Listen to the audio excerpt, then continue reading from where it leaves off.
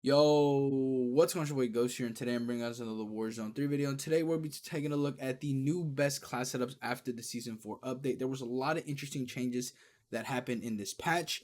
All the meta weapons have gotten nerfed, some weapons have gotten buffed, and I think the meta shift, despite it only being half a season, is officially here, which I'm not mad about. They let the HRM and RAM dominate for too long. I'm happy that they've already addressed the metas. Not that there was a problem with them, but just to spice up the game, I'm kind of happy with the changes that they've made. So let's talk about it and let's get into it. And for our first weapon, we have the DG58. Now, I know this gun actually did get nerfed in this patch, but I'm a little skeptical to necessarily count out this weapon because of the track record they have for nerfing weapons. If you guys remember, obviously, the HRM and RAM got nerfed like 3 to 4 times before they actually got taken out of the meta.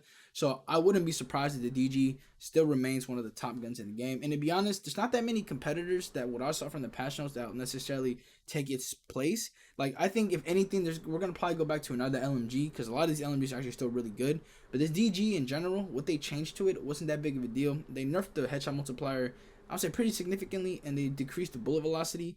I think the bullet velocity is definitely impactful just because of the range that people shoot this weapon with. Especially if you guys watched the World Series of Warzone over the weekend, like just watching those engagements, I think the headshot multiplier is obviously important, but when you're shooting at really long distances, headshots don't really matter as much as the body shots. And they didn't nerf the body shot multiplier. They didn't nerf the base damage. I still expect this weapon to still be pretty solid. If anything, the mid range might get a little bit more spooky with the headshots, but overall, they didn't decrease the recoil, or they didn't increase recoil. They didn't really mess around with the base weapon itself. So I can still see this weapon being pretty good, and I would probably expect it to still be one of the top options moving into the new season. But with that being said, let's get into the next weapon. And for my next weapon, we have the AMR9. Now, this is a weapon that I'm actually very excited to see how it's going to play out for this season. This gun, if you guys do not remember, back in season 2, was a very good weapon. There was a point where they went back-to-back buffs on this gun and made it a beast. However, it never got the meta attention. The HRM was still running rampant, and this gun eventually got nerfed in season 3 for whatever reason. Like I said, never got meta attention. I never understood why they nerfed it, but they did until now. Fast forward to the next season, it got buffed. Striker 9 and Wasp 9 got nerfed, and I think this is going to be the next SMG meta moving forward. Now, that's not to say that the Striker 9 or Wasp 9 are going to be bad. Like I mentioned in the previous weapon, those nerfs can mean like nothing. They could still be very, very good. And I would expect them to still be very, very good. I actually like the fact that we had kind of like a 2 SMG meta in the second half of season 3.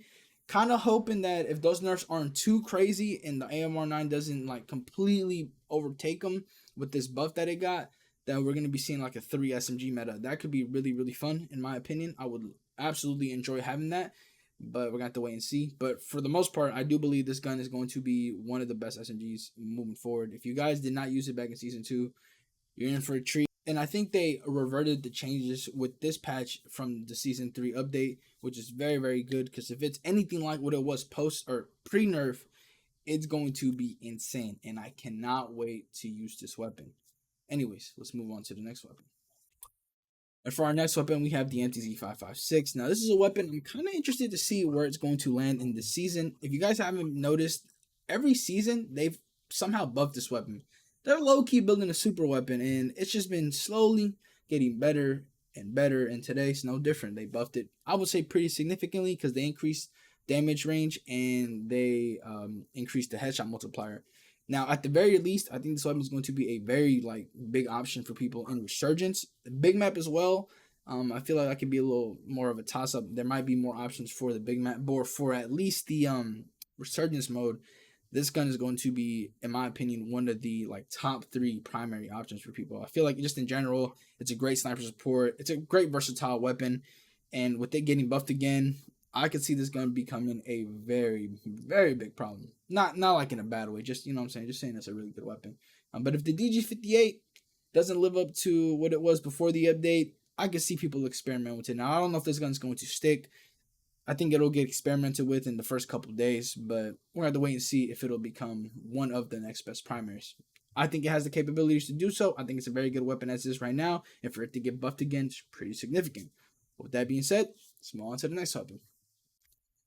And for our next weapon, we have the FJX Horus. Now, a little disclaimer, I will not lie to you guys. I have actually never used this weapon in Warzone. I do not know how it performs right now, and I've only seen gameplay on it, and it never stood out to me, so I just never got around to using it. I apologize.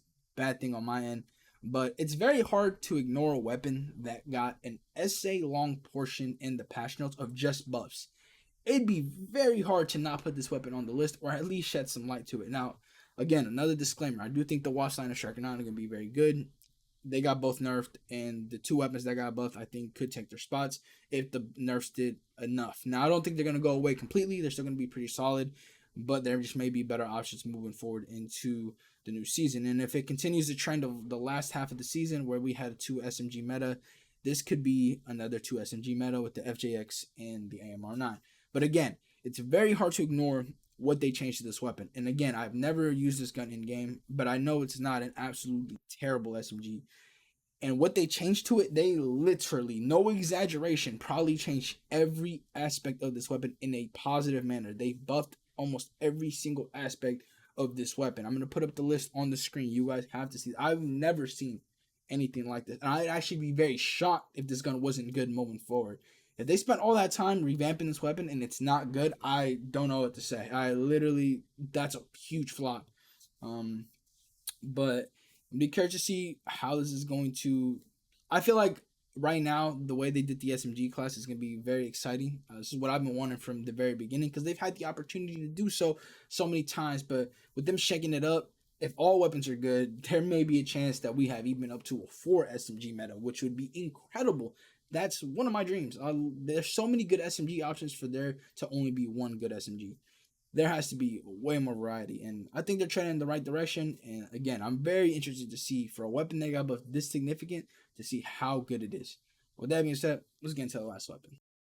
And last but not least, we have the TAQ Eradicator. And the reason I'm putting this on the list is because, quite frankly, what they did to the ARs this update and even the battle rifles didn't really move me, didn't really stand out. The only weapon that kind of stood out to me was the MTZ, and we already have it on the list. The cast off and the ISO from MW2 got slightly buffed. Don't know if it'll be enough to take over the DG58. And despite the DG getting nerfed, I was still very comfortable putting it on the list because the alternatives didn't really get changed a lot. The SVA got nerfed, MCW got slightly buffed, but not enough of a buff to necessarily become meta. The SOA stayed the same. They didn't change any of the battle rifles. And the SOA in its current state is actually still pretty good. But I don't know if it'll be enough even with the DG getting nerfed.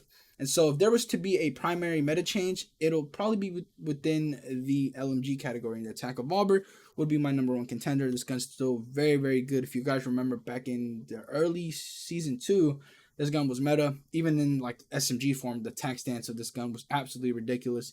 And I'm very curious to see if there's a potential that this gun could sneak back into the meta if the DG58 isn't hidden like how it was before the update. The only downside, it's obviously a slower weapon. I feel like the DG, despite it being an LMG, is pretty fast. It's pretty like a more bulkier AR, whereas the like this gun, you'll definitely feel how slow it is. So maybe that'll be the only downside to it. But I could also see the Holger 26 that got slightly buffed. Not enough of a buff to move me and put it on the list, but I wouldn't be surprised if people at least experimented just because it's on the patch notes. Very interesting to see how this is going to go. In my opinion, I still think the DG is going to be leaned on as the best primary. What I'm most excited for in this season is definitely the SMGs, like we already talked about. There's like potentially 4 SMG meta here, and I'm very excited to see. If it goes well and it all works out, that's going to be really fun. But with that being said, if you did enjoy this video, hit that like button. If you're new to the channel, subscribe. And yeah, I hope these class setups help you guys get dubs. I'm out. Peace.